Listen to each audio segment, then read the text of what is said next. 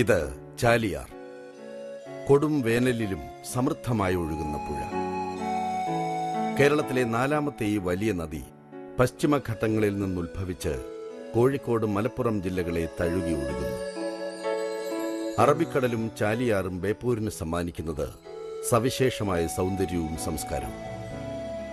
മലബാറിന് വിദേശ നാടുകളുമായുള്ള വാണിജ്യ ബന്ധത്തിന്റെ പ്രധാന കേന്ദ്രമായിരുന്നു ബേപ്പൂർ. പോർച്ചുഗീസ് നാവികൻ Vasco da Gama Kozhikode Kappad കടപ്പുറത്ത് കാലുകുത്തുന്നതിന് 3-4 നൂറ്റാണ്ടുകൾക്ക് മുമ്പ് തന്നെ ബേപ്പൂരിൽ നിർമ്മാണം തുടങ്ങിയിരുന്നു. പ്രതികൂല കാലാവസ്ഥയിലും കപ്പലുകൾക്ക് അടുക്കാനാകുന്ന ബേപ്പൂർ തുറമുഖമായിരുന്നു പുറം നാടുകളുമായുള്ള വ്യാപാര ബന്ധത്തിന്റെ പ്രധാന കണ്ണി. വിദേശത്തേക്ക് കയറ്റിപ്പോയിരുന്ന ചരക്കുകളിൽ പ്രധാനം തടിയും ഓടുമായിരുന്നു. ചെറിയ കപ്പലുകളും അറബി നാടുകളിൽ നിന്നുള്ള ഉരുക്കളും ബേപ്പൂർ തുറമുഖത്തെ സദാ സജീവമാക്കി. കടലും പുഴയും കൈകോർത്ത് കിടക്കുന്ന പ്രകൃതിയുടെ അനുഗ്രഹം 6 പഞ്ചായത്തുകൾ ഉൾപ്പെടുന്ന ബേപ്പൂരിന് ആവോളമുണ്ട്. ബേപ്പൂരിന്റെ ഗതകാല സ്മരണകൾ ആവേശകരമാണ്.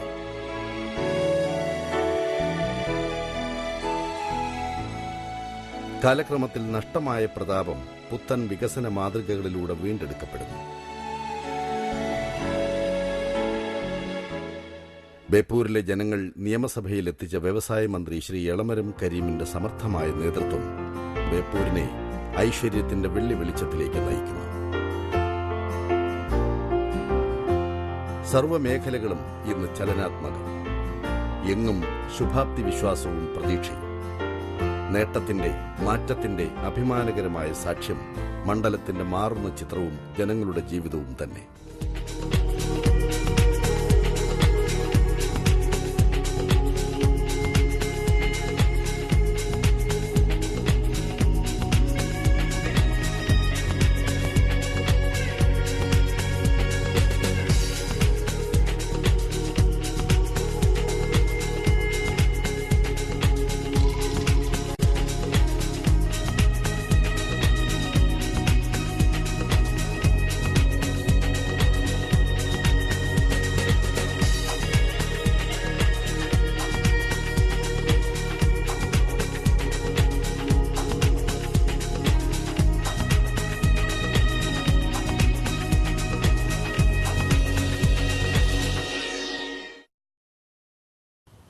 കോഴിക്കോട് നഗരത്തോട് ചേർന്ന് നിൽക്കുന്ന ഒരു പ്രദേശമെന്ന നിലയിൽ വ്യാവസായിക വാണിജ്യ മേഖലയിൽ വലിയ വളർച്ച നേടാൻ സാധ്യതയുള്ള ബേപ്പൂർ നിയോജക മണ്ഡലം വ്യാവസായികമായി വളർച്ചയിലുണ്ടായ പിറകോട്ടടി മണ്ഡലത്തിൻ്റെ പൊതുവായ വികസന പ്രവർത്തനങ്ങളെ മന്ദീഭവിക്കുകയുണ്ടായത്. ഇന്നത്തെ ഈ കാലഘട്ടത്തിൽ ബേപ്പൂർ നിയോജക മണ്ഡലത്തിൽ വളർച്ചാ സാധ്യതയും വികസന സാധ്യതയും കണക്കിലെടുത്തുകൊണ്ടുള്ള ഒരു വികസന പദ്ധതിയാണ് ആവിഷ്കരിക്കേണ്ടതായിട്ടുള്ളത്. അതിലേറ്റവും പ്രധാനപ്പെട്ടത് ബേപ്പൂർ തുറമുഖ വികസനം തന്നെയാണ്. ഇന്നത്തെ ഗവൺമെൻറ് ബേപ്പൂർ തുറമുഖത്തിൻ്റെ വികസനത്തിനായി പ്രോജക്റ്റ് തയ്യാറാക്കുന്നതിന് ഒരു കൺസൾട്ടൻസിയെ നിയോഗിക്കുകയും അവർ തയ്യാറാക്കിയ പ്രോജക്റ്റ് ഇപ്പോൾ ഗവൺമെൻറ് പരിശോധിച്ച് വരികയുമാണ്. തുടർന്ന് ബേപ്പൂർ തുറമുഖത്തിൻ്റെ വികസന പദ്ധതി നടപ്പാക്കുന്നതിനെ സംബന്ധിച്ചുള്ള നടപടികൾ അതിവേഗത്തിൽ ഗവൺമെൻറ് കൈക്കൊള്ളുന്നതാണ്. വ്യവസായ രംഗത്തെ ആധുനിക സാങ്കേതിക വിദ്യകളുടെ അടിസ്ഥാനത്തിലുള്ള വികസനത്തിലേക്ക് നയിക്കുക എന്നതാണ് സർക്കാർ ലക്ഷ്യമിടുന്നത്. അതോടൊപ്പം ടൂറിസം മേഖലയിലും ഗതാഗത രംഗത്തും ആരോഗ്യ മേഖലയിലും വിദ്യാഭ്യാസ രംഗത്തും അർഹമായ നിലയിലുള്ള പുതിയ സ്ഥാപനങ്ങൾ കൊണ്ടുവരാനും നിലവിലുള്ളതിനെ അഭിവൃദ്ധിപ്പെടുത്താനും പദ്ധതികൾ ഈ കഴിഞ്ഞ 4 വർഷത്തിനുള്ളിൽ ആവിഷ്കരിക്കപ്പെട്ടത് നിയോജകമണ്ഡലത്തിൻ്റെ മുഖച്ഛായ മാറ്റാൻ പര്യാപ്തമാകുമെന്നാണ് ഞാൻ കരുതുന്നത്.